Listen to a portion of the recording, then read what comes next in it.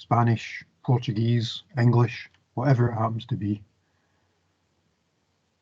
That transcription's also available with the recording, so you can see that in the meeting.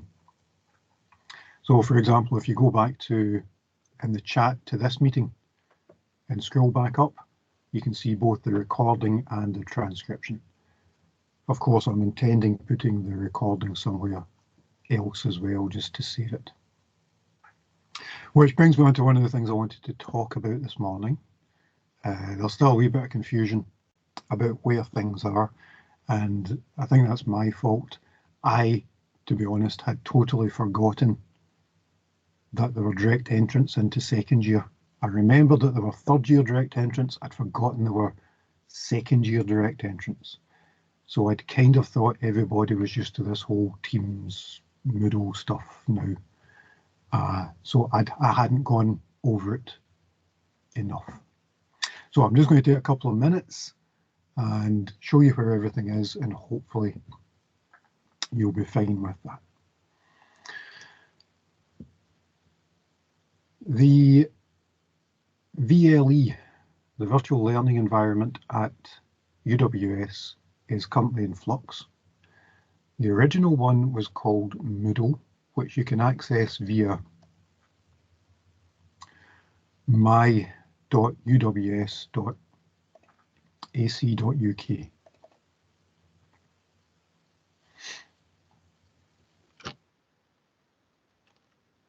Okay, so it's up there. All your modules will be on the side, and you can go into them and you can see the operating systems is still there. If you click this button, it gives you a nice overview of all the things that are in here. You won't get everything that I see. So for example, the assessment board, there are documents in there for the people that are assessing you. You don't get to see them, so don't be surprised.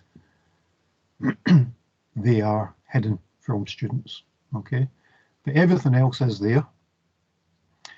And it's pretty much in order of, no, it's not pretty much, it's exactly in the order that we're doing things. So I started off last week with the introduction to this module and the introduction to the book. All the assessments are there, all the labs are there. However, as you probably know, we're moving to a different VLE called Aula.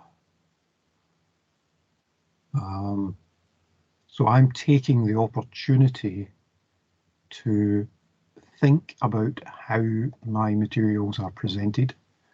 And in fact, what I've done is set up a OneNote notebook. So if you look at all this stuff here, if I open the OneNote notebook, you'll see it's pretty much replicated here. There's actually more stuff in OneNote now because I've also taken the opportunity to take out old things that don't work, put in new things that do. So all the stuff that you need is in this OneNote notebook. Almost all the stuff, and I'll come back to that one thing afterwards. But all the materials are here,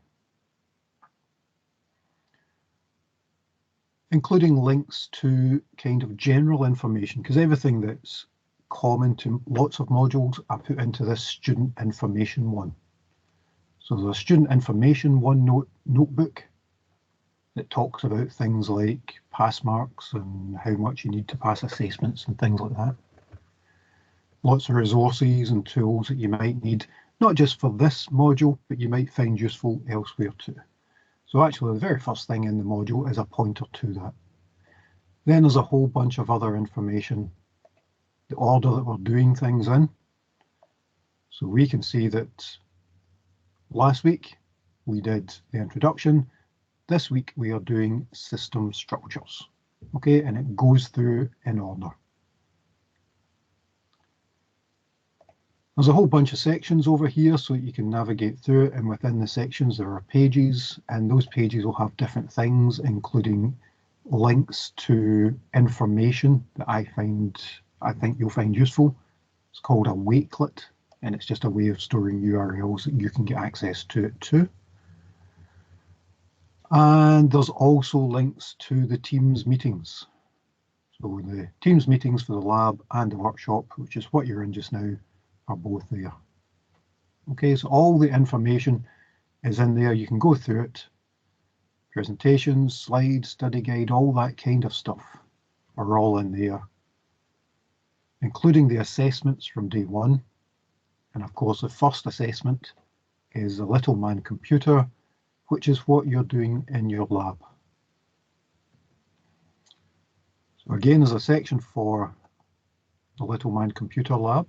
And as I say there, the lab is self-paced. So I am available in the scheduled time.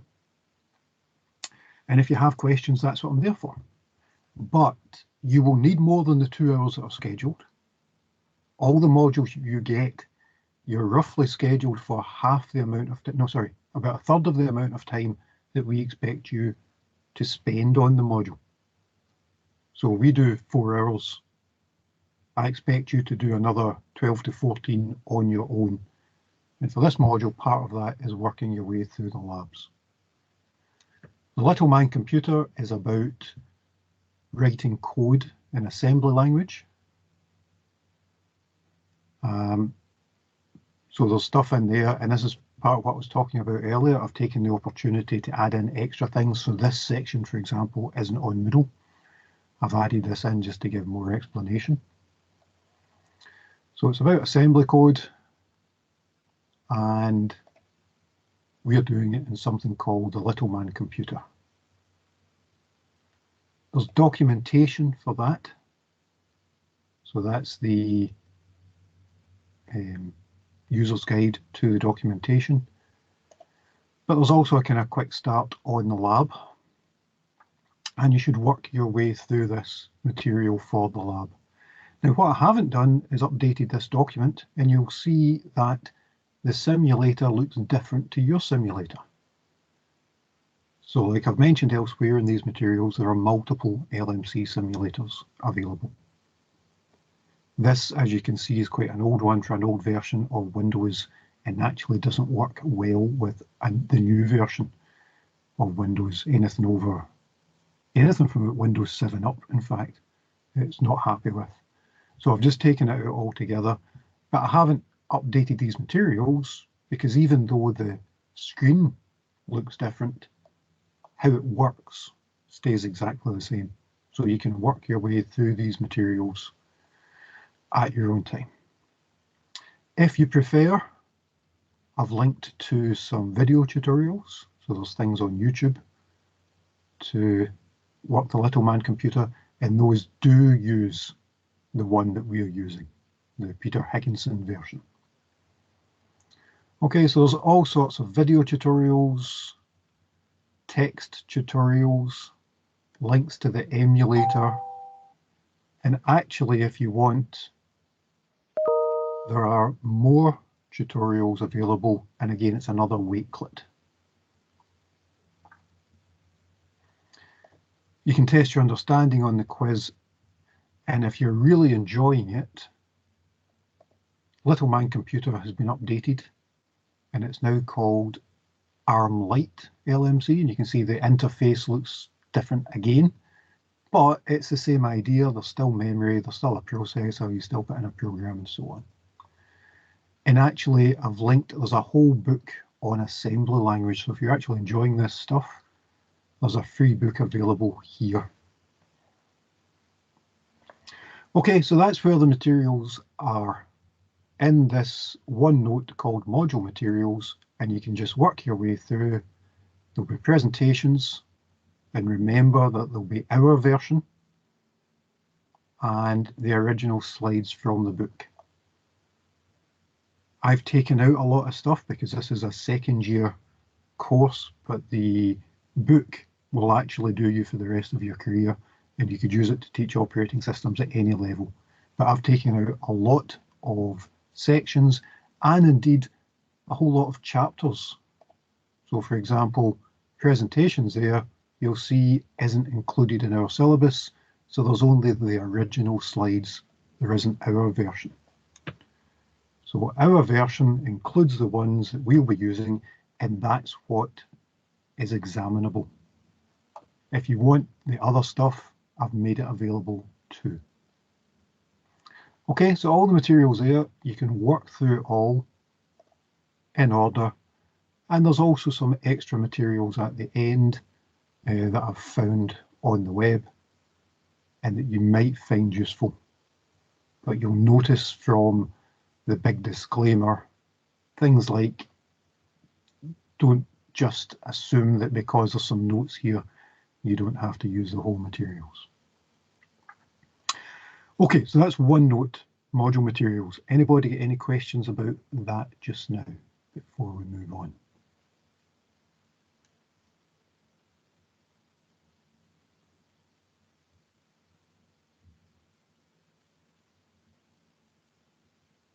Nope. Okay. So the other place you will go is Teams. So there's our team. I've got lots of them, and there's the operating systems one. So on this side, you'll see the channels. This module is at both Paisley and Lanarkshire. So there's different channels just so that you can ignore the Lanarkshire chat if you don't want to. Okay, but in general is stuff for everybody. So those module materials are also linked on a tab in Teams so that you don't even have to go and look for them. Okay, it's the same document, it's just in the Teams container. It's exactly the same stuff. The reason I don't use dark mode, Pablo, is because I've found that if I use dark mode while I'm presenting, people can't see it.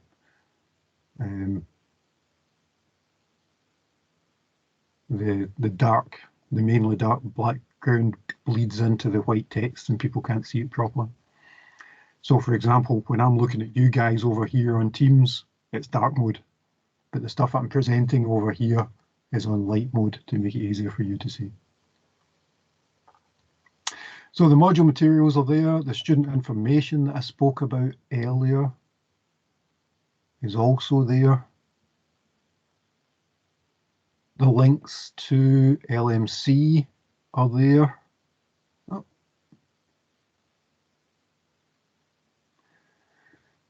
And that's an interesting point. So if I'm doing this on Chrome, that just opens quite happily, but Firefox doesn't. But I can just click on it and open it in a new window. If you do this on Chrome or Edge, it will just open directly in there. And the final one that I've got a link, well, not the final one, there's lots of links up there. But the final one I want to show you is the link to Moodle and my UWS, which is the one I showed you earlier. And the reason I've come back here is to reiterate what I said last week. The materials are all in OneNote, and in the main, they are copies of what's in here. But what I can't put into OneNote, nor can I put them into Aula or Teams at the moment, because it doesn't support them, are all of these things here, the tutorials. Okay, so every chapter has a tutorial that goes along with it. Okay, it's all in exactly the same format. Every week, there are two things in this tutorial. One is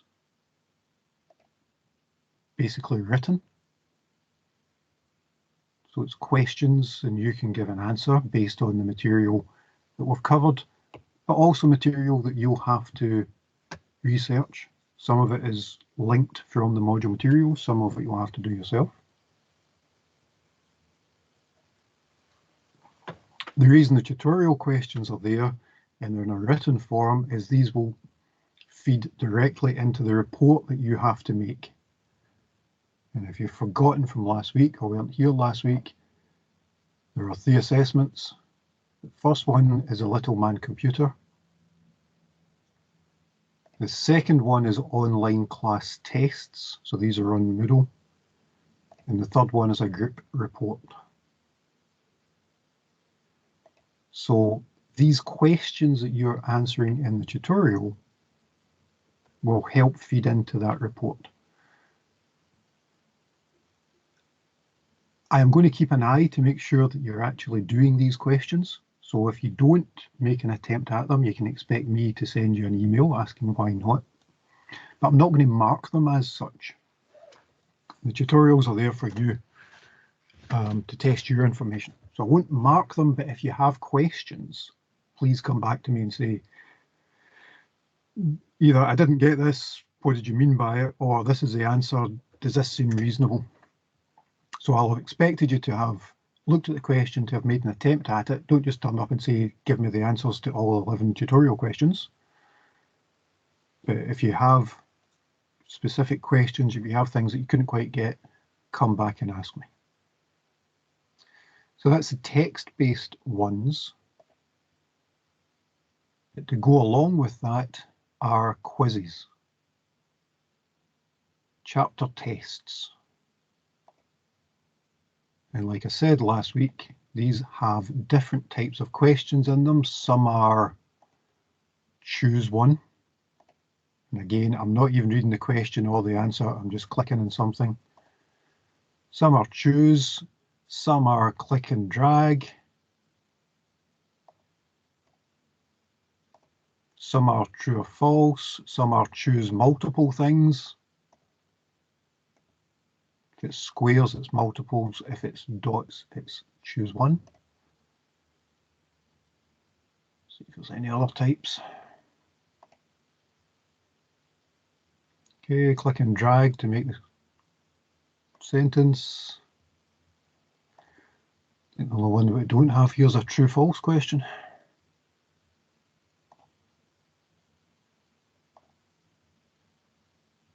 Oh, finally a true-false. Okay, so choose one, choose multiple, click and drag, true or false. These are all chapter tests. So there's a test for each chapter so that you can test your knowledge. You should be doing these each week as you go along to test whether you've understood the chapter or not. If you can get 100% in the chapter tests, you'll be fine in the assessment. What the assessment does is it takes a random selection of questions. So I have about 350 questions in my question bank. Your test is 20 questions. So it will choose a random selection of 20 questions. And I mean random. I don't mean random for the class. I mean your specific test will be different. So you could be sitting beside each other and have completely different 20 questions. And it was designed that way because if we were on campus, you would be sitting beside each other, and I didn't just want people looking over each other's shoulders. However, if you can answer all the chapter tests and you can consistently get 100%, you'll be fine in the assessment.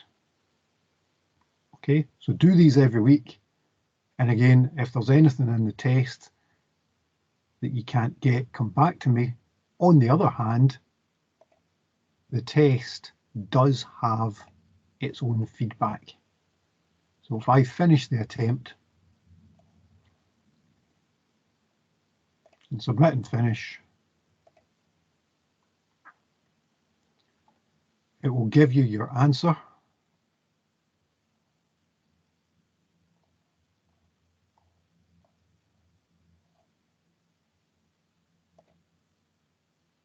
But it will also give you the right answer. And it's not doing it, that one isn't doing it because that's the chapter test, so you can do that as many times as you want. There's a timed test. So the idea is you can get the question and you go and look up the answer. I don't just give you the answer. The timed test is under exam limits. So you have 20 questions, you'll get 20 minutes. This one is 5 questions. You get 5 minutes. So you can do this when you have a spare 5 minutes.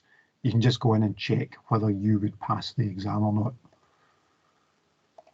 So you take your 5 minutes, you answer the questions.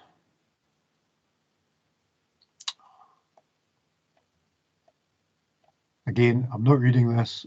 I'm not doing anything other than taking it into the first available box just to finish it. Okay, if you do the timed one and finish it, that will tell you whether you got it right or not. It'll give you a mark. I randomly got 2 out of 5, so yay me, I've just passed the test with 40%. But if you get it wrong or right, it will tell you. Okay, so the ones that aren't timed, they're there for you to go back and go, oh, I wonder what the answer is, to go back to the materials. I think they call it studying. So if you get it wrong, go back and find out what the answer is. The timed one will give you the answer, but you don't have all the questions. Okay, so there's 2 ways of approaching it. And you should do this every week. As I say, if you can do the chapter tests, you will be absolutely fine in the assessment, because the class tests are exactly the same format, but there are 20 questions. So we're doing 2 class tests, one at the end of the first half of the term covering chapters 1 to 5, and one at the end of the second half of the term covering chapters 8 to 13.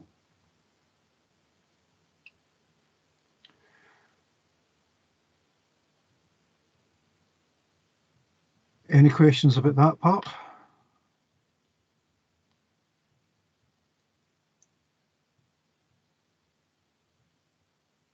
Okay, so you've got OneNote for the module materials. You've got Moodle for the module tests, and all the general information will be posted on Teams. Okay, so I added a page an hour ago. I posted out to say that there's a new page in the module materials. So things like that. Depending on where it is, I'll post it in different channels. So I posted in the lecture this morning that it was starting. I also posted about the group choices if you haven't seen it. So after our discussion last week, those of you who want to choose your own groups, I'm happy to let that happen. Just send me a list of your names and your banner IDs. Those that are left over, I will put into random groups. So all the general day-to-day stuff, I'll put up on Teams. If you're sending me something, do it on Teams as well. If you send it on email, it might get lost. So put it on Teams, because it means that I can understand what it is you're asking about. I get so many, and I don't mean this to sound bad, but this term I have roughly 250 students. And I apologise, I don't know everybody's name. So if I get a random email saying, when are we in today? I don't even know which module it's talking about. So send me messages on Teams. I'm more likely to understand what you're talking about, and it means everybody can see the answer. Okay, so that's a quick gallop through where things are. OneNote, Moodle, and Teams.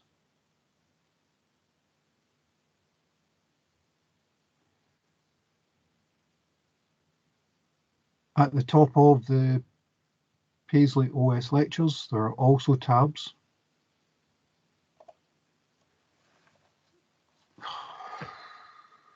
Which Firefox doesn't like. But the meetings that we're recording, I am uploading. As it happens, I'm uploading them to YouTube because it's a right pain to get the Microsoft stuff working. If you were with me last year, you'll remember Microsoft Streams, which is Microsoft's version of YouTube. I'm kind of moving away from that this year because I'm really struggling to get the permissions sorted. So for example, OS lecture recordings are last year's and I can't even get access to them at the moment. So I don't know what it's doing. So the lectures are recorded, but they'll be on YouTube and you'll see that link in the OS lectures channel in the Paisley lectures tab.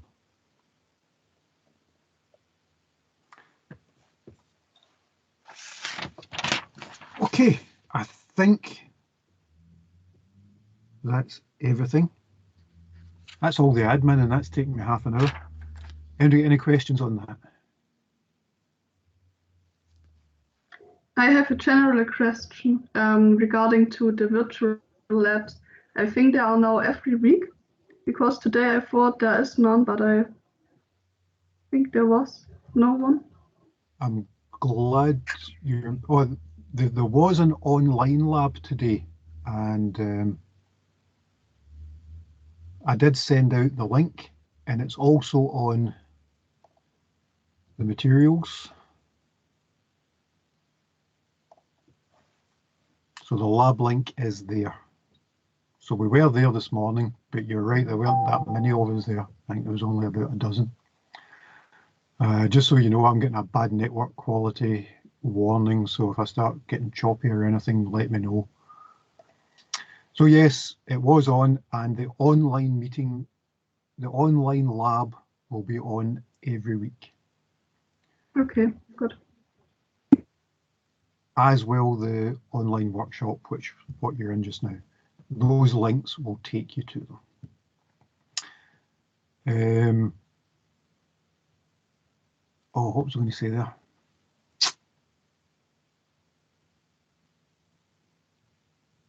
See, Leah, you reminded me of something and then it's gone straight out of my head again.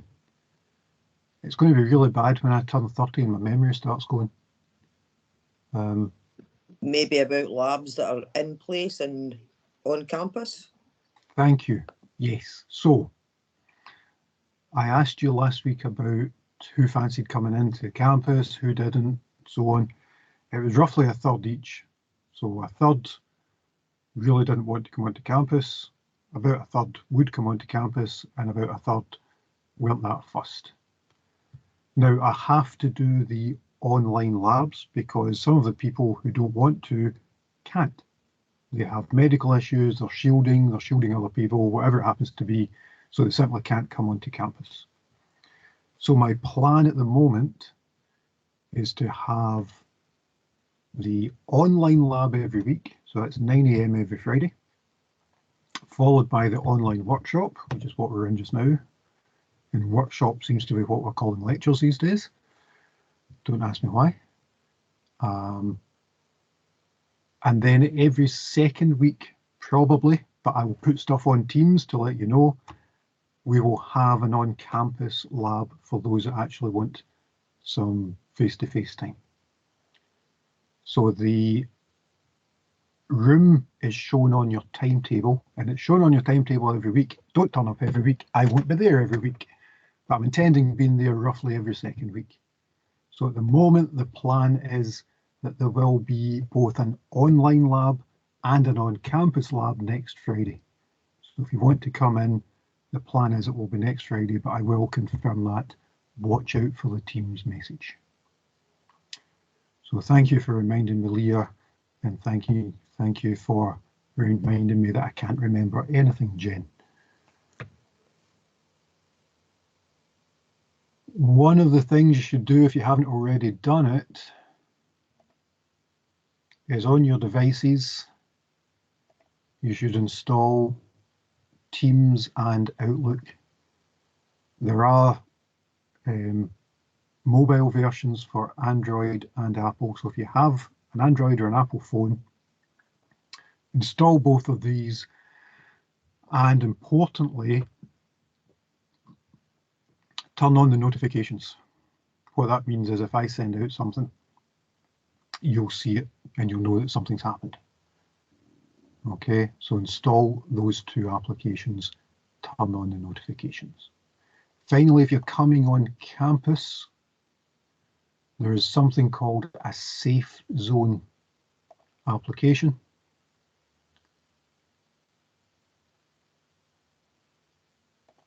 And what it does is, well, sounds like somebody's not safe.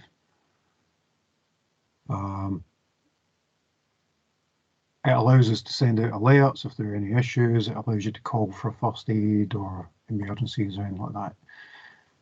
And it understands the campus, so it's been set up for the campus.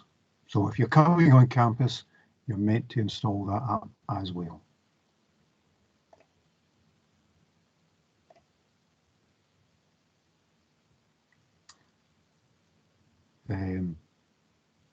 It also does the contact tracing stuff. So if you've got the app, it means it knows where you were on campus. So if you come across someone and you get in contact with them, it means that they can do contact tracing. Speaking of which, you should also have the Scottish Government application installed on your phone if you're coming out and about. If you do have any COVID issues, the COVID notifications form is there too. And you're supposed to complete it. If you develop COVID symptoms, have a positive test, or are advised to isolate. Okay. So I've made it available there just for ease of use. Okay, so I think that's now everything.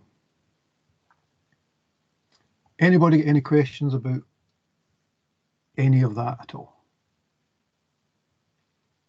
Or any more questions, I should say.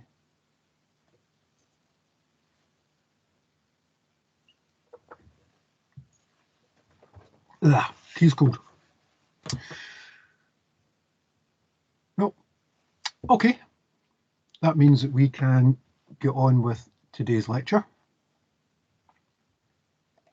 Now remember, the idea is you'll have read these before we come in, so that the stuff that I'm doing shouldn't be new to you. It should be revision, and it means that you can ask questions as we're going along.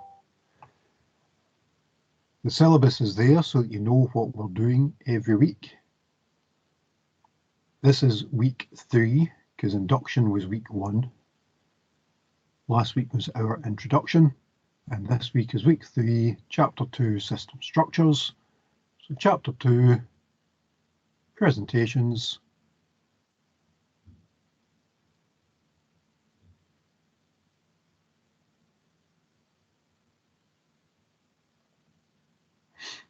And for some reason, oh, it's my,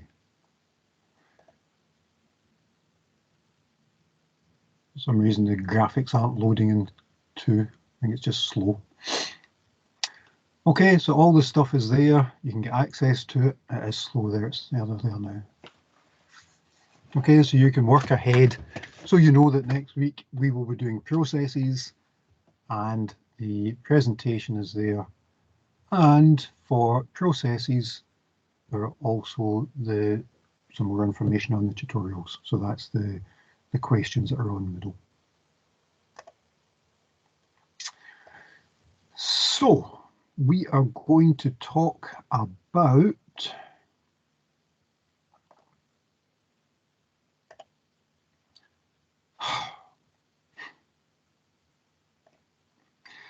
I updated, or I didn't, because I wouldn't have if I had had the choice. Office decided it was going to update everything yesterday. Ever since it's done that, I've had things like 100% CPU utilization from Teams. I've had everything has had to be reset up. So my Outlook, I've had to tell it my email address and password and all that kind of stuff. And one of the minor ones that I hadn't noticed up to now was it's showing the presentation on the wrong screen. So I'm just closing it down, and hopefully if I start it this time,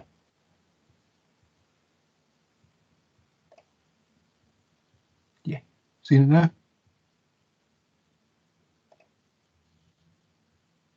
Yes, no, don't know. Yeah, can see it now, yeah. Yeah, we can see it.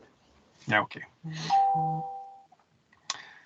So this is a kind of general overview of operating system structures, and you'll notice the plural. When we did the introduction last week, we spoke about different types of operating systems for different things. That the Windows operating system on your laptop is different from the operating system on your phone because it's doing different things and has a different focus for doing different tasks. Any of you who remember Windows phones will know that if you try and change that, it doesn't always work. What Microsoft tried to do was create a phone that had the same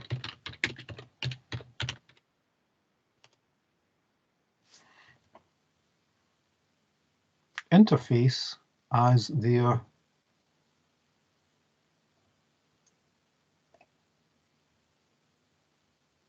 basically what you do if you hit the start menu on Windows. Oddly enough, it was actually quite a decent interface. It actually worked quite well. The sort of thing where you're looking at your start menu on Windows and going, why are some big and some small, and why it really doesn't work well on a laptop. But on the phone, it made sense. Because of course you want your dial button to be really big, but the Windows Store probably isn't. So you might want it there, but you don't use it that often. But they tried to have one operating system that would work on every device, whether it was a phone or whether it was a £2,000 gaming rig. That didn't work so well. So they got out of the phone business until they didn't. Whoops. Because they're back in the phone business now with Surface Duos, which are a dual screen phone, but they've given up on the Windows Phone operating system and are now using Android.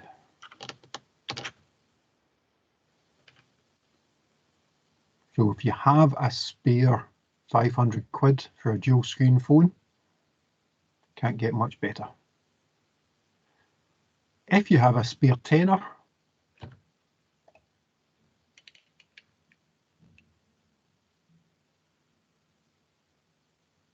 buy yourself an old Nokia, and that's just a shell. Go onto eBay, if you've got a spare tenner, buy an old Windows phone and play around with it. They're actually quite fun, and it's interesting to note the different approach taken. So today we're talking about system structures, different ways of approaching how we use, set up, design operating systems. And that's going to be a recurring theme throughout this course. I will probably never say this is how you do it. What I will say is, here is the problem, here's how it's been approached, and here are different ways that you could approach it, and here's why there are different ways and why they give you different outcomes.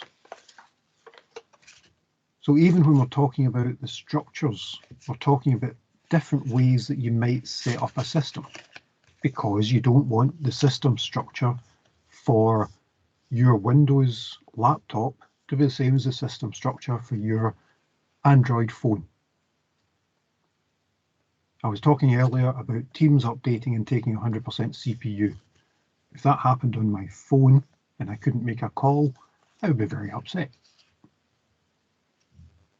If it happened on my phone and I couldn't send a text, I'd be very upset. So there are different types of structures to solve different problems. So this is going to be a kind of overview of those different types of system, how they might fit together, and we'll follow that up in the coming weeks with a dive into the other parts of that. So this is a kind of overview, and then later on we'll talk specifically about different things like processes and how those processes would be scheduled. So at the moment I have processes running on my system. Now,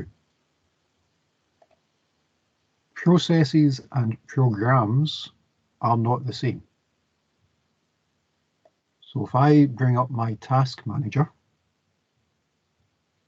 it tells me that I have 8 applications running.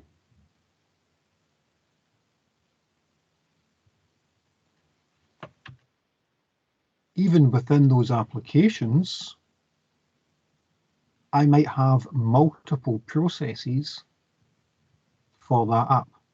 So the way that Firefox works is you get a different process for different tabs. Chrome works the same way. Edge works the same way. The idea being if one tab dies, you don't lose your whole browser, you just close that tab and that process is killed. So I have 8 apps. The first 2 of those are Firefox and Edge.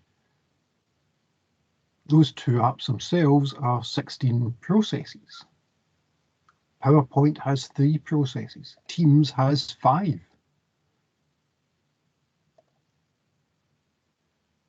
So applications themselves might have multiple processes, and the system has multiple processes running in the background to support everything else that's going on. If I open an Acrobat file, there's a process for that. If I want to transfer files using the Bonjour service, there's an application for that. My anti-malware software is running in the background to check anything that I'm doing.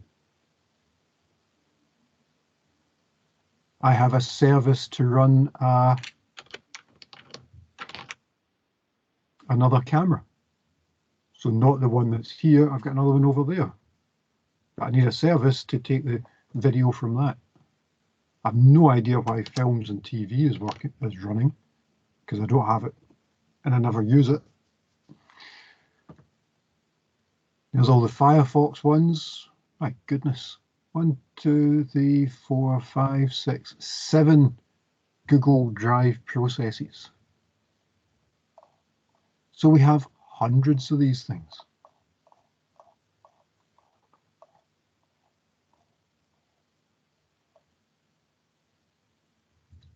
(116) Windows processes. So I have 8 apps, 97 background processes, and 116 Windows processes, all running at once.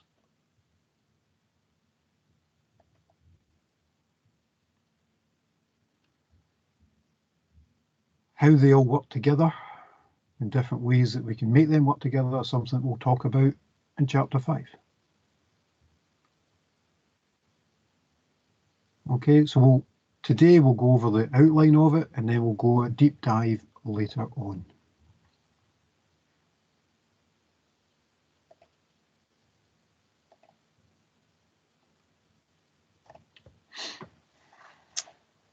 Okay, so let's think about the services that an operating system needs. What is that's going to be in there that it needs to provide for all the things that are running?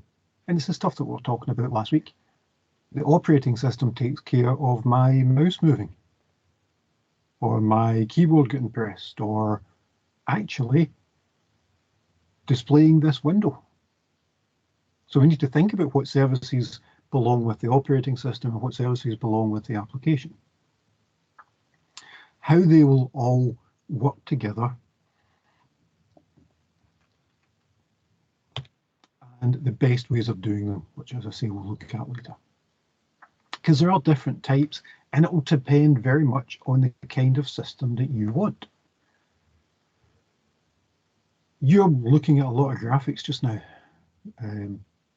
Now, if you're running Mac, if you're running Linux, I apologize, I'm just going to talk about Windows just because it's in front of me and it's going to be helpful for me just to do it on that. The same sort of thing applies in Mac, in Linux, or in anything else. What you're looking at just now is a graphical interface, a graphical user interface. The operating system itself isn't graphical as such. And in fact, I can run a command line interface on my system. So I can have graphics or I can have text. Quite often, in fact, if you go into a server room, what you'll see is somebody running a graphical interface with lots of these command line interfaces running in graphical windows. Why? Because command line interfaces are difficult to learn, but once you learn them, they're fast. If I had to do that on something like File Explorer, that would take me ages to find the directory, to go into it, to format it properly. But a command line, I can just do it. On the graphical interface, I'd have to find Start, Settings, Network interface. Here, I just type ipconfig and it tells me how I'm set up for my network. That's how most serious systems work. And as Jen says, go play with something called Midnight Commander.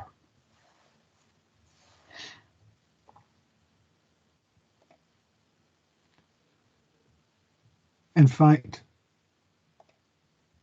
if you go to some expensive systems, or something like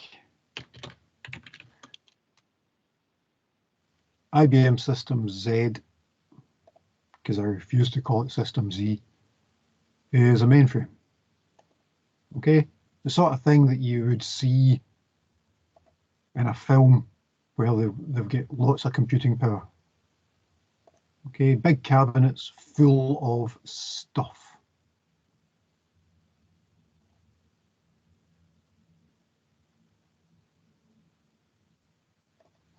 The interface for that, the operating system, looks like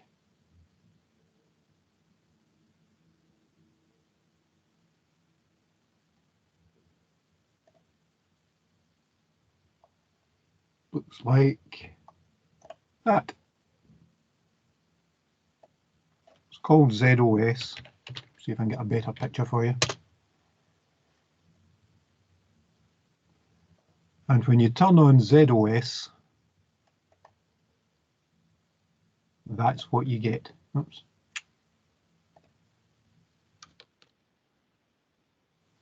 Like something from a 1980s bulletin board. That is the interface to that IBM System Z, for which you will pay £25 million. Why?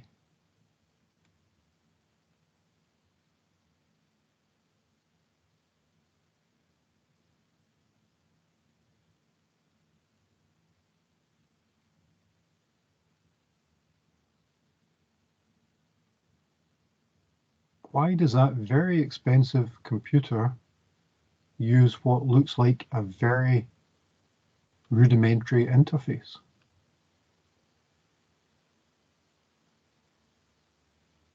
Anybody want to take a guess? Speculate? Like you said earlier, it's easier to use, no?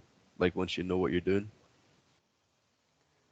Okay, so if you spend £200 on a laptop, you kind of want to be able to use that laptop because the time and money equation is on the time side. You don't want to spend days, weeks, months learning how to use that laptop. You want to just be able to use it.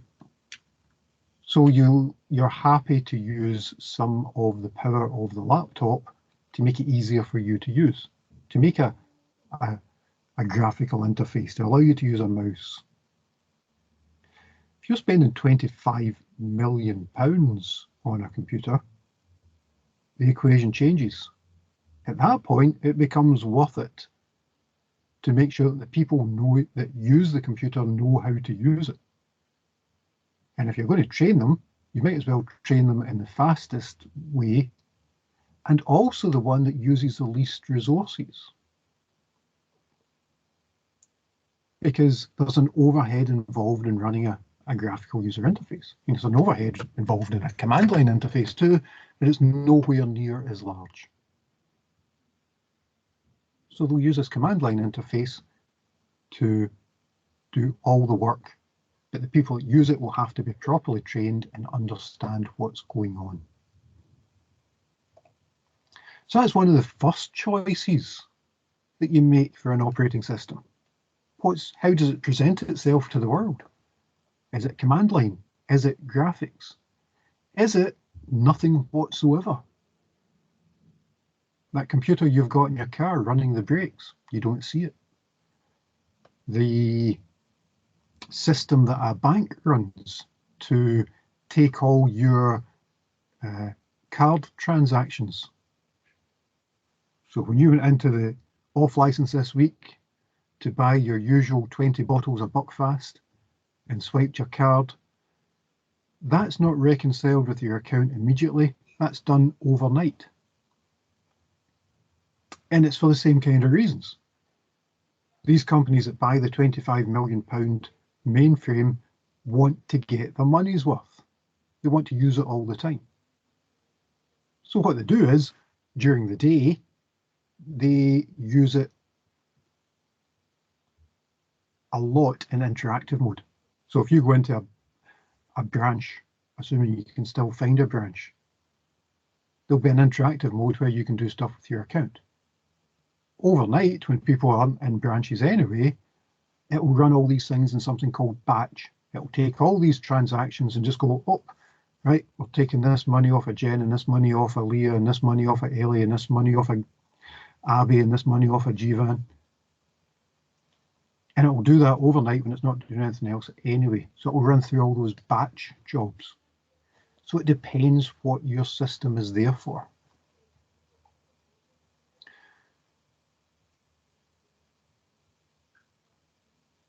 I want you to pause and just have a wee think how long we've been on this slide. So this is just the first thing that we're talking about, first choice that we're talking about, how the operating system presents itself to the world, how many options there are, and the pros and cons of choosing any of those options.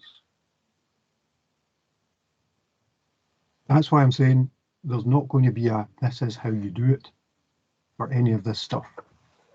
It's more of a these are the choices.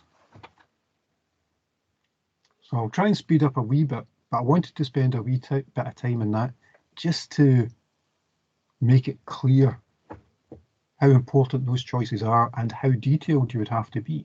When people are creating, designing and writing operating systems, they have to decide that from the start, how they're going to approach it. So that's the sort of things that you'll have to have in an operating system.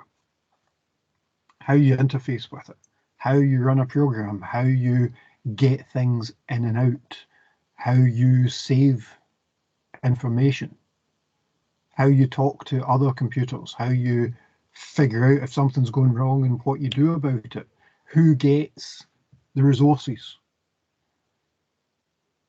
which processes get more, which gets less.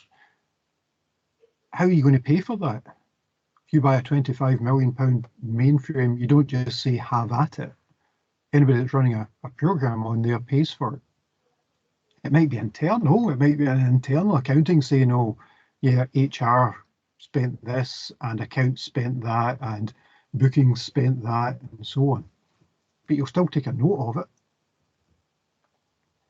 And there'll be security stuff. And it could be as simple as how you log into your Windows laptop, or it could be a whole set of credentials to log into the university website and get access to all your shared files, and how you then share those files with other people, which, as we found out this morning, can be tricky because I messed up sharing the OneNote file with you. I gave you a wrong link, which didn't work.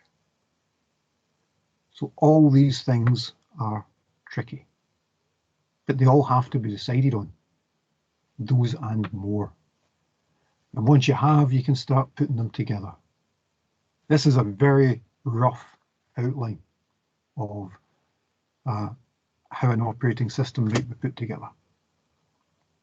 On the outside is all the users and the things that they might do. On the inside is the hardware, and you have to go through a whole pile of internal stuff to get anywhere near it. You don't want the user directly accessing the CPU. Instead, what the user will do is talk to their interface, whichever one you've chosen, after spending all this time thinking about it. That interface will talk to the system via a bunch of system calls. So it will ask it to do something like display an OK box. Those system calls will then be taken by the operating system and will do things. So if you say display a system box, there's a piece of code that understands what a system box is, how you draw it, which talks to the I/O system, which displays it on the screen, and then waits for the I/O system to say, yes, somebody has clicked the OK box. And then you'll send a message back to the original system that asked for that OK box to say, yes, they've said OK. So all of that stuff has to happen inside the operating system. And for it to do that, it has to interface with the hardware. It needs a CPU to run that program. It needs a display to show it on. It needs input-output devices like mice or keyboards to get some interaction. Oh, you never know, it might even need some speakers to make a beep when you do it. Okay, so all these systems, all these services work together to provide what the operator needs. So what today's going to be about is looking at those services and getting an idea of the different choices that you might be making. And as I say, we'll go into that more deeply later on. So I've been at that for an hour, so I think it's time to take a break. Does anyone have any questions before we take a break?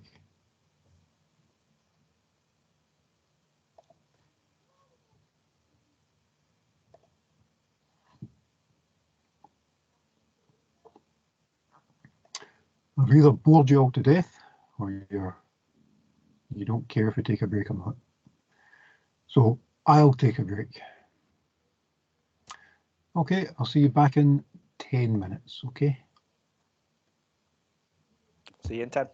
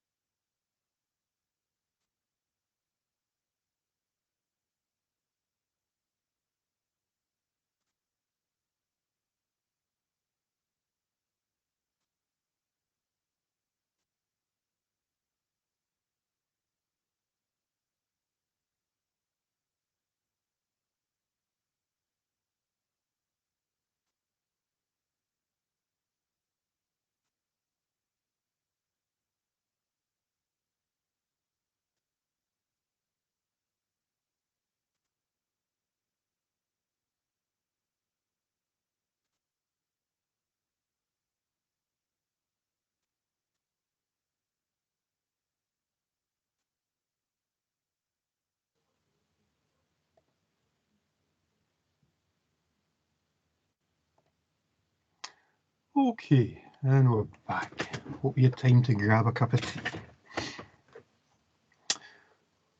Okay, so we're left talking about some of the facilities that an operating system might have to provide.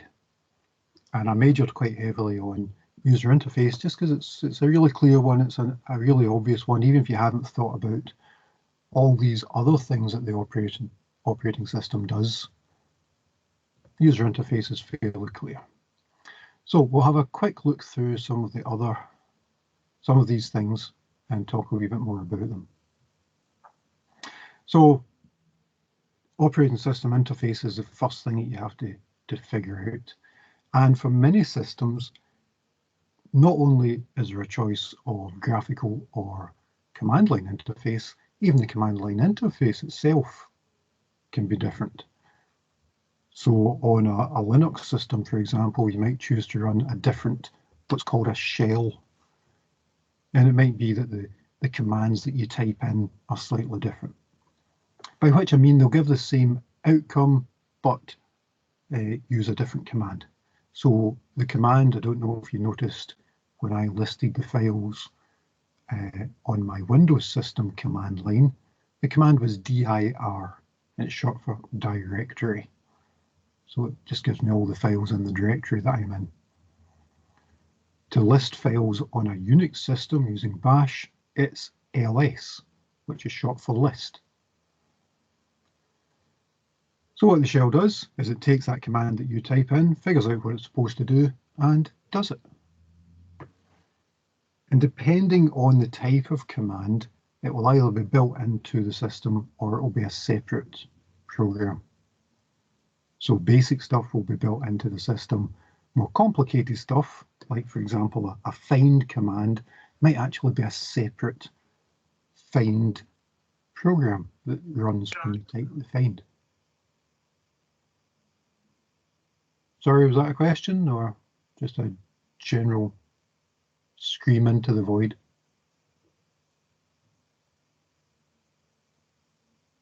Okay.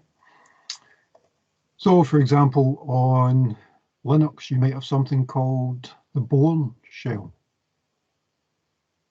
Somebody modified that to become the Bourne Again shell, or bash, that some of you might have seen.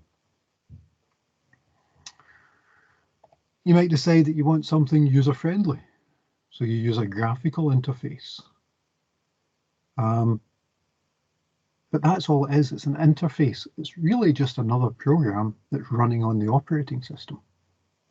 Which is why, for example, if you have a fairly up-to-date laptop, you can change from Windows 10 to Windows 11.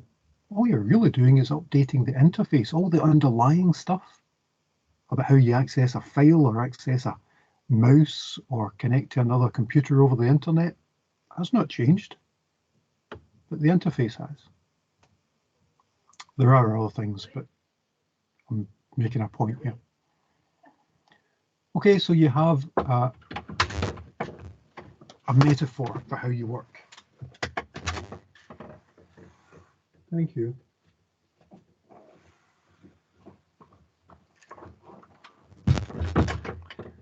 That's good. I've got waitress service going again. First class service. Oh, that's good. So you have different interfaces. Any of you who have ever installed Linux will know that you can have a choice of interface to run as well. And if you haven't done it, I would strongly suggest that you do. So grab yourself a virtual environment.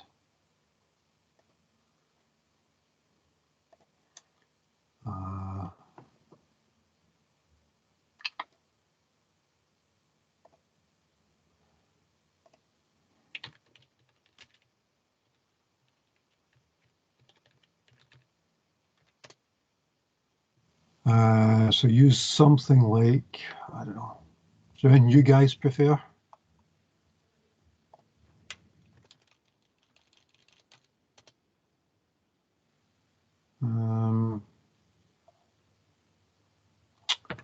What's the name of it?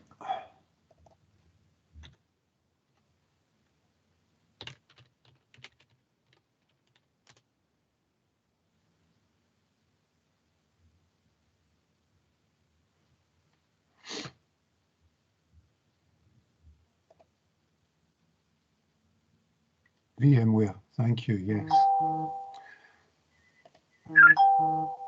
So, who left the phone in my office?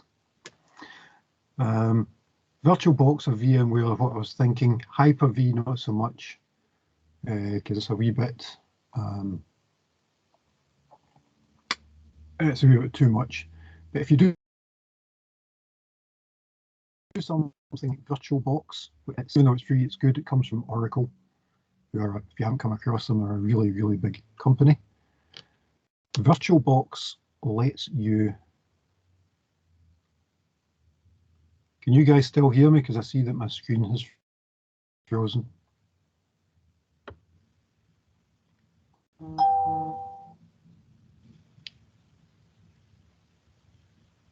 Did you hear that? I have no idea if that was going out or not.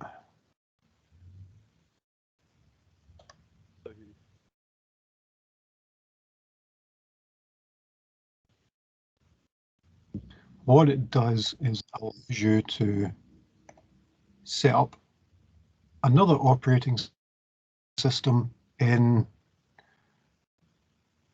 either your Mac or your Windows system. So you can install it, you can then grab a free Linux installation and install it from scratch. And part of the reason I suggest you do it is because it gives you a better idea of what you need to choose. So when you install Linux, it'll ask you questions like how you're going to set up your user interface, what sort of networking you want, all that kind of stuff. So go grab yourself VirtualBox, grab yourself a version of Mint Linux or any of the other 7,000 versions of Linux and go install it. It doesn't cost anything, but you will learn a lot.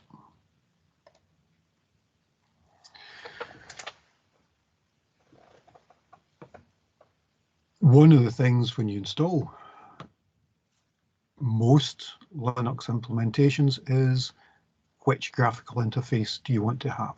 So don't choose one of the simple ones, because actually the reason that they are simple is they take away, a lot of that choice. Choose one where it lets you choose whether you want CDE, KDE, GNOME, Aqua, whatever. And in fact, for those of you that are on a Mac, I don't know if you know, but the underlying operating system is Unix. So just as Linux is a version of Unix with a different face on it, Mac is a version of Unix with a different face on it. What they did was emulate the traditional Mac interface and put it onto a Unix kernel. So you can do this kind of stuff. You could, for example, take a version of the Mac Unix kernel, which is the underlying code, and you could stick it on, say, an iPad, but use a different interface because instead of using a mouse or a keyboard, you're prodding at it with your big fat finger. Or maybe that's just me. And there also might be other things that you would put onto the iPad or your iPhone that you wouldn't have on your desktop, like voice commands or facial recognition.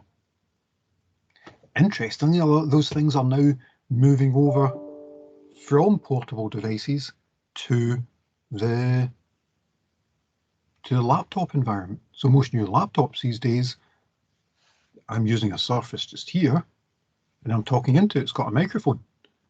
I'm not going to say it, but if I asked CORTANA to pop up, it would, and I'd be able to talk at my computer. So a lot of these things are implemented in one place and then moved to another. So you might have a different interface depending on what you're using, whether it's an iPad. For those of you that haven't seen Mac, that's a kind of older version. It's a wee bit spruced up now. So you get a different interface depending on what you want to do. No matter which interface it is, there will be something called a system call, something that says, draw a window, put a button into it, make sure there's a close X at the top right on Mac or a close red circle at the top left on Mac. Anything that's then running will say, do a window, please. And for those of you that were with me with Introduction to Programming, it's just like calling a function. Draw a window, name, Tony's window. So the sort of stuff that you saw when we were doing GUI programming is exactly what the operating system is supporting.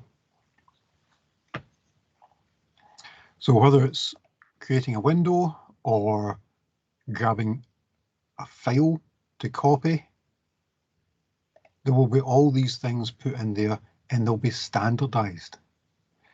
But standardized, of course, is a movable feast. So in the same way as you can't take a program written for Windows and run it on Mac, the calls for Windows and Mac will be different.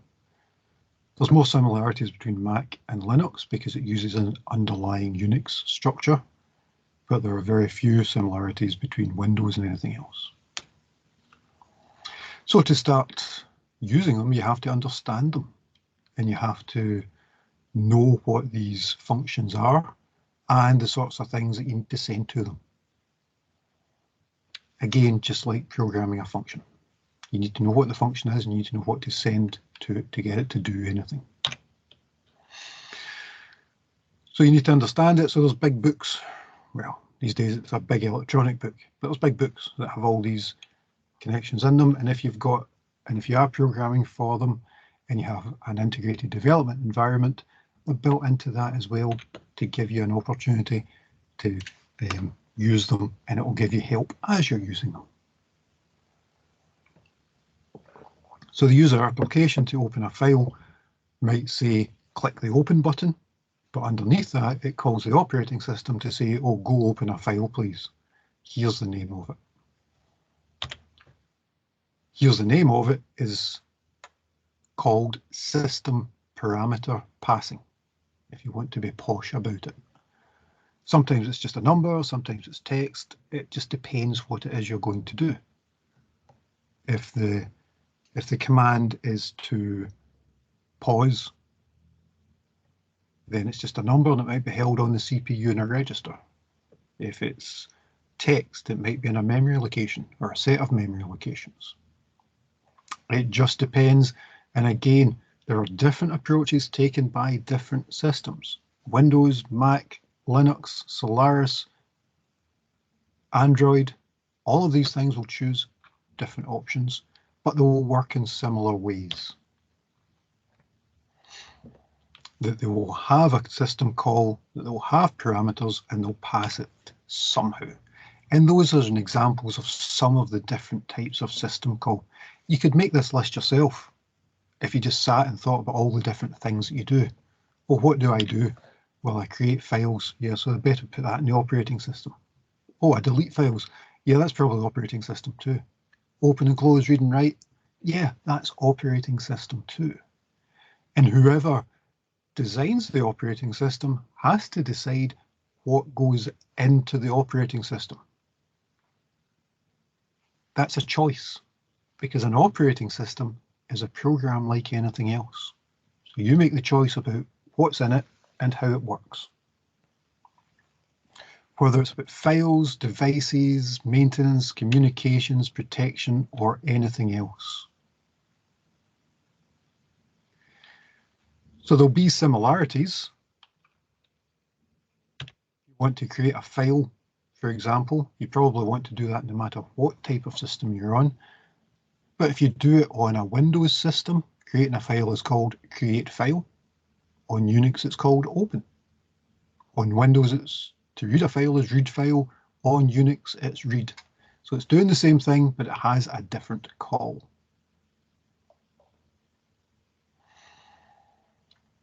Sometimes people will put extra layers in to change that. So there are programming systems that you can get that use a different layer. So what you might do, for example, is set up an open file button. And then you say, I want this to run on Windows. And it will say, okay, well, it's open file, so on Windows, I'll use a create file function. Oh no, I want this to run on Android. Android actually also uses a version of Unix at its low level. So it will use open. So all these things build on top of each other so you can create all of these different systems from standard programming languages like C.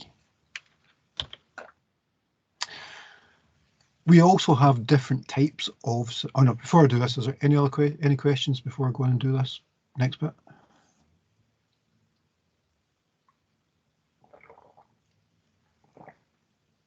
So there's lots of questions to be answered. What is in the operating system? But before you even do that, you have to decide what type of operating system you have. Are you going to be able to run more than one program? And the fancy name for that is it single tasking or multitasking. Are you going to share memory?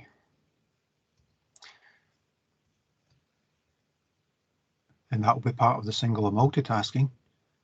But it could also be that if you're going to multitask, you move everything out of memory and move it back in. Are you going to have a single memory space where if you run something else, it just overwrites everything? Early systems like MS-DOS do that. Newer systems like there's a thing here called FreeBSD, which is a variant of Unix, doesn't. So it has memory. So that's what you're looking at here is a memory map.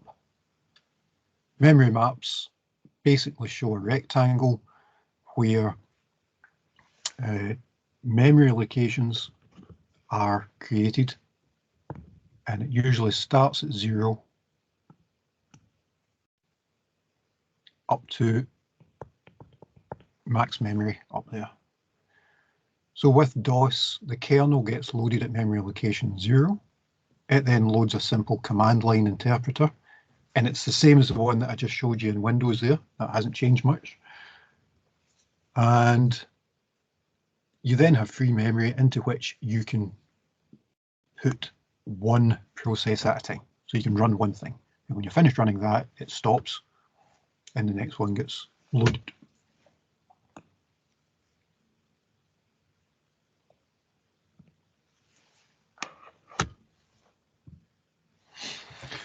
FreeBSD, which is a Unix variant, multitasks. Same idea though. Memory location map starting at 0, going up to max memory. Still have a kernel. So it's a basic operating system functions in the kernel. But everything else then just gets loaded into memory where it can, including, in fact, the interpreter. There's no particular reason it has to be beside the kernel. So the interpreter, your shell, so like the bash shell or the Bourne shell, is just loaded in like any other process. And you can load as many processes as you want, as long as you have the free memory for them.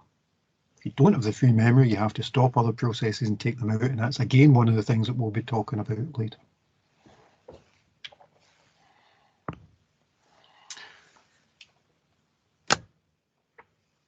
Linked to, but not necessarily part of, the operating system are system programs. So the kernel has the core system functions, but you might want to offload other things to other programs that come with the operating system but aren't within it.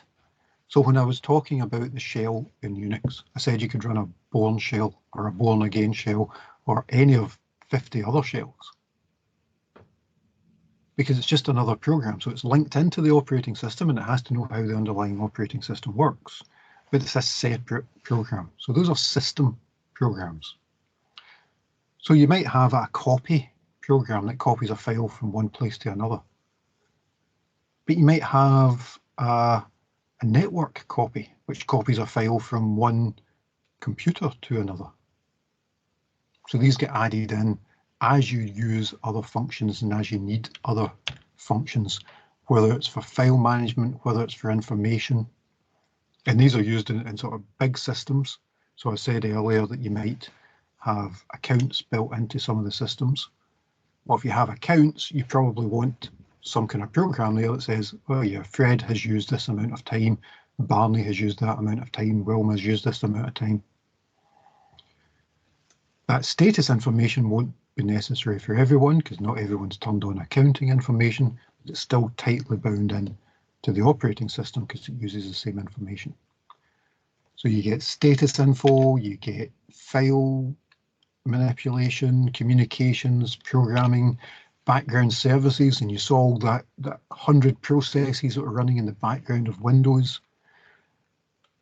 All of that, before you get to the very first thing that you as the user want to run on your system. And part of the reason you're doing this module is because when people are doing things on a computer, what they tend to focus on is, oh no, Teams is frozen. Well, while I was saying to you that I can see my Teams has been frozen, I quickly ran up my task manager, and what I found was something called a Windows font cache was taking 100% of my CPU.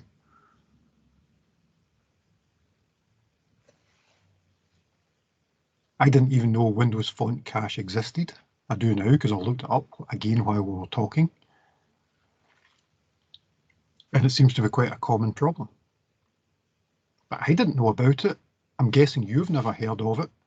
So somebody that buys a £200 laptop from Curry's certainly hasn't heard about it.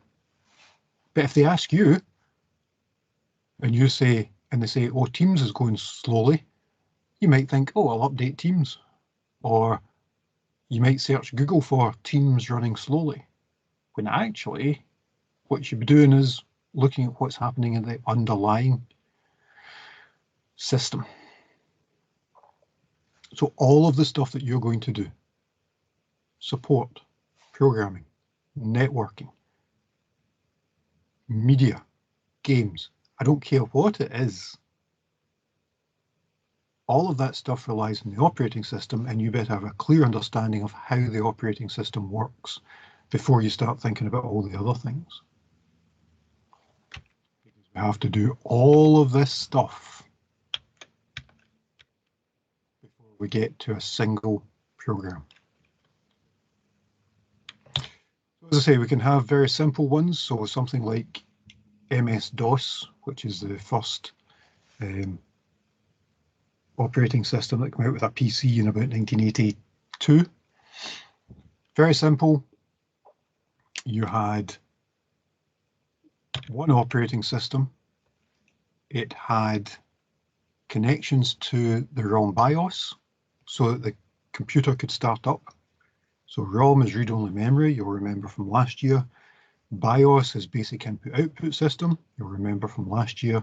So when you turn on your computer, it would go and check out the hardware, check that everything was there, and then it would turn over to the operating system. And this also what we call a monolithic operating system. All the stuff for the operating system is in one place, one big chunk. That's quite handy for the operating system because you just have to write one program. It keeps it simple, but it means it's more difficult to update because if you want to change it, you have to update everything. So you run an application program on it. It talks to the system, MS-DOS, which talks to device drivers for keyboard and display and network and whatever. So it's all very simple, which is fine if you're running one program for one person. So it's single tasking, single program. Others, like Unix, are multitasking, multi-processing systems that will run lots of things at once. So it splits itself up into different bits. So you'll always have the kernel, sort of basic, this is the functions that you need no matter what part of the system, and the kernel will always run. But it makes use of something we call the 80-20 rule. Have you come across the 80-20 rule?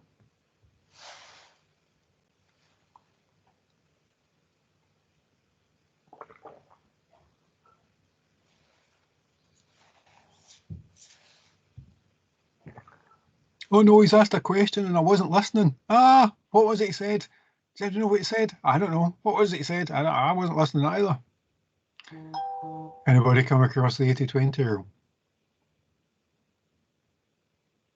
It's the idea that we spend 80% of our time using 20% of the functions. Think of Word. If you run Word, think of all the things that are in there. Think of all the stuff about making tables of contents and running index and doing footnotes and using multiple styles and tables and boxes and word art and all the rest of the stuff.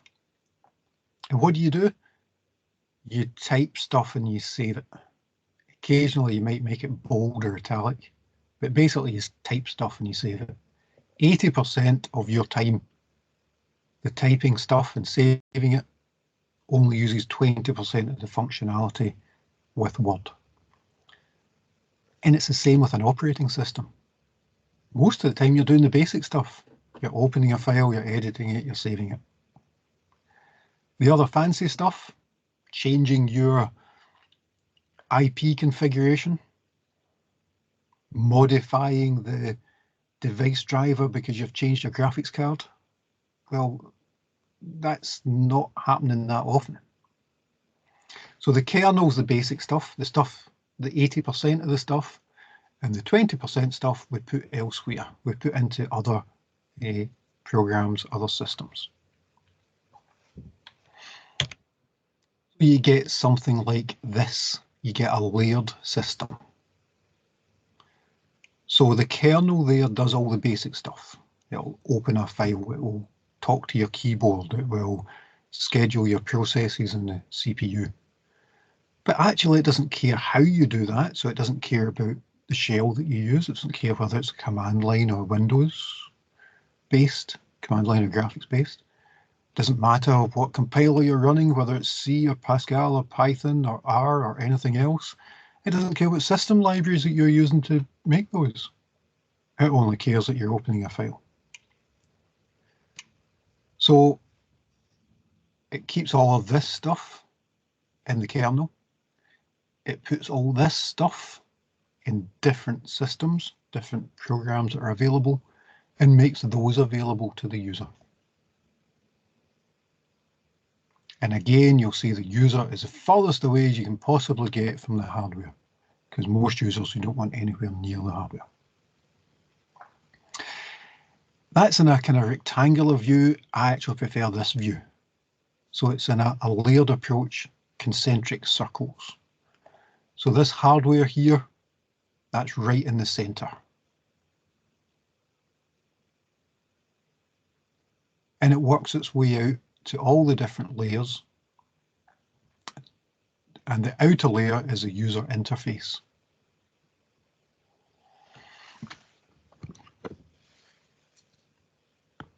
And that's where you're out there. And you have to go through all of these layers to get anything to happen. Now, the number of layers is a movable feast, so we'll probably talk about different layers, about file system or IO system or that kind of stuff. But as with everything else, these tend to be choices, and they were different for different operating systems. If you're going to do that, then maybe you should go to the 95-5 rule, which is 95% of the stuff you do uses only 5% of the functionality. So you get to something called a microkernel. You make this kernel, the thing that's at the layer 1 here, you make it as small as possible. The idea being if it's as small as possible, it will be as fast as possible. So things like Mac use that idea. They make the bit that has to be in memory, that has to run all the time, make it as small as possible and hive off everything to other bits and pieces. It also means that if you change anything at all about your system, it makes it easier to update. Mac OS, for example, used to run on something called a PowerPC chip. Now it runs on Intel chips.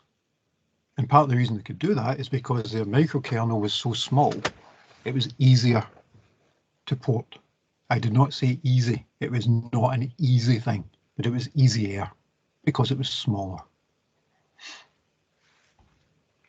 So you start to get this kind of idea that you have a microkernel with only certain functionality in it. So it might look at the CPU and how you schedule the processes in there. It might look after the memory in the system. But even things like the file system, you decide, no, I'll let someone else do that. Which is actually another reason why I'd quite like you to go and grab a virtual system and install Linux. Because one of the things that I ask you when you install Linux is, what kind of file system do you want to use? How are your files going to be stored on your device? The default for Linux is something called ext2. Of course, that isn't compatible with something like Windows. So you would have to do some kind of translation.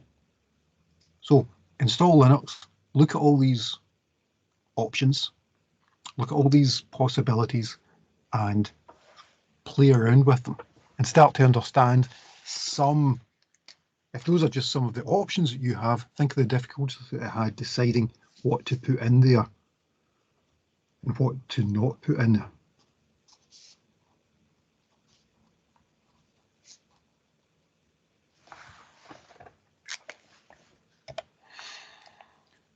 Once you've created that microkernel, you can then start to create modules.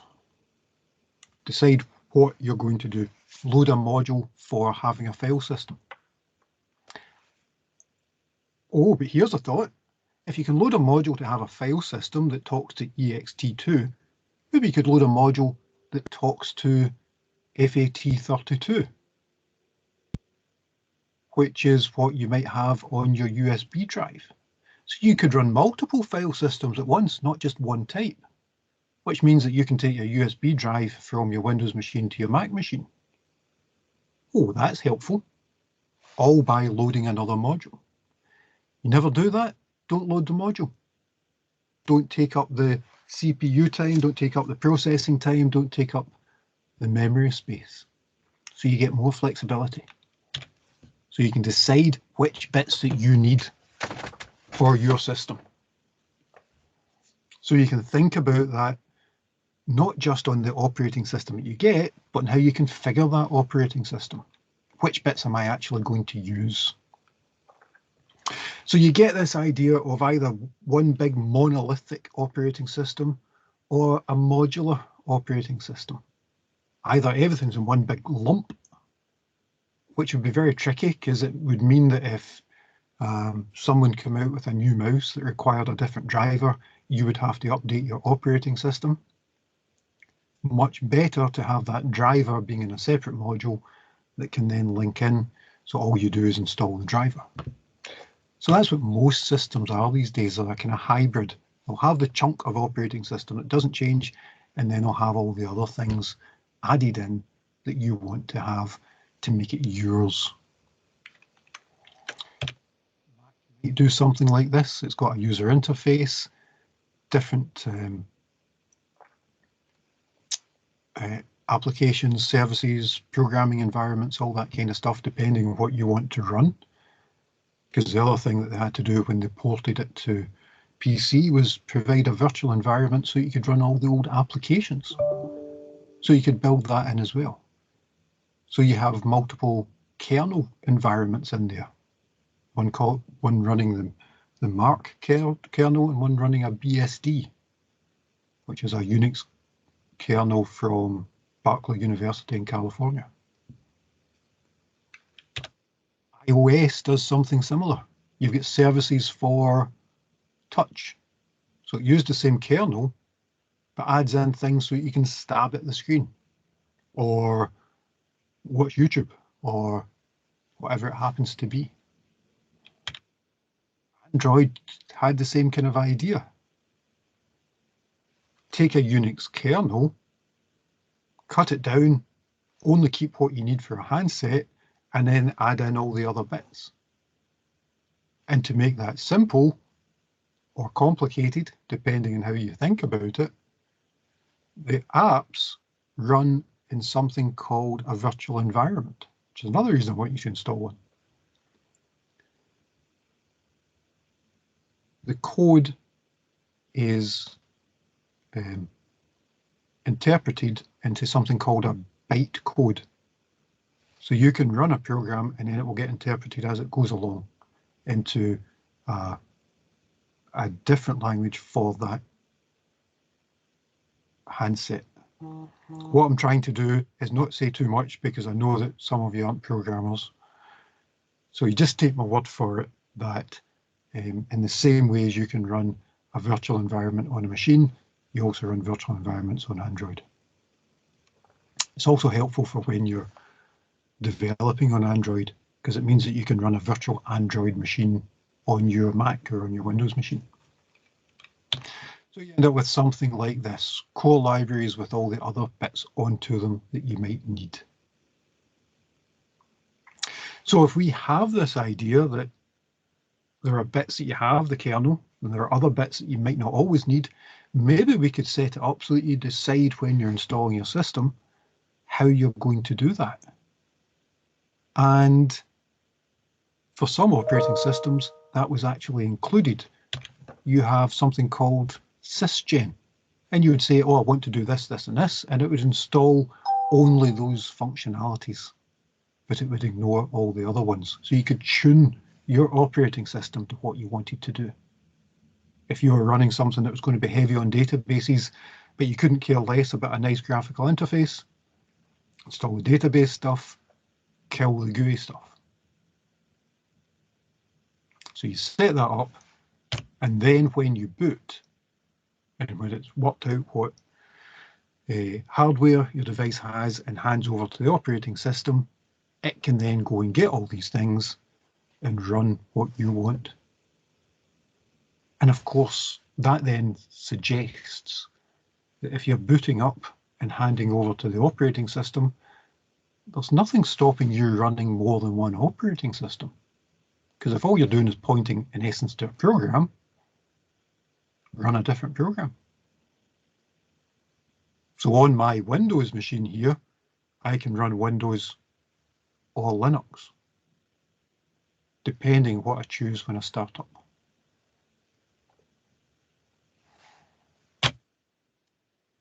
Questions?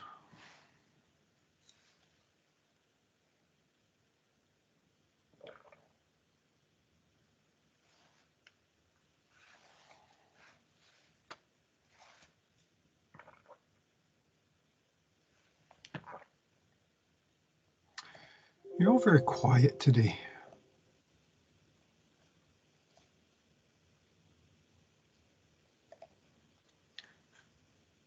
Nobody get any questions? All happy with that? That was fine. That was good. I have a question. Uh-huh. Can you explain which is the difference between the different kernels? I mean, the different kernels gives you different privileges, or it's the same thing just from another company? The kernel, in essence, is the operating system. So when you're talking about, for example, Linux, there's no such thing as a Linux operating system. What there is the Linux kernel and a whole load of other supporting programs, most of which were written by other people. What Linux is the kernel that allows you to work with PC hardware. So it will connect to an Intel CPU and it will connect to the I/O devices that you'll find on PCs and that kind of stuff. All the other stuff actually comes, most of it comes from an organization called the Free Software Foundation. So the kernel is what makes the operating system. So Linux is the Linux kernel. Mac is the Mac kernel. Windows has its own kernel as well. So the kernel is very tightly bound to the hardware, as you saw in the diagram. But the other things tend to then be built on top of them. I'm just trying to find the diagram to show you. And what about the different types of shells? Different types of?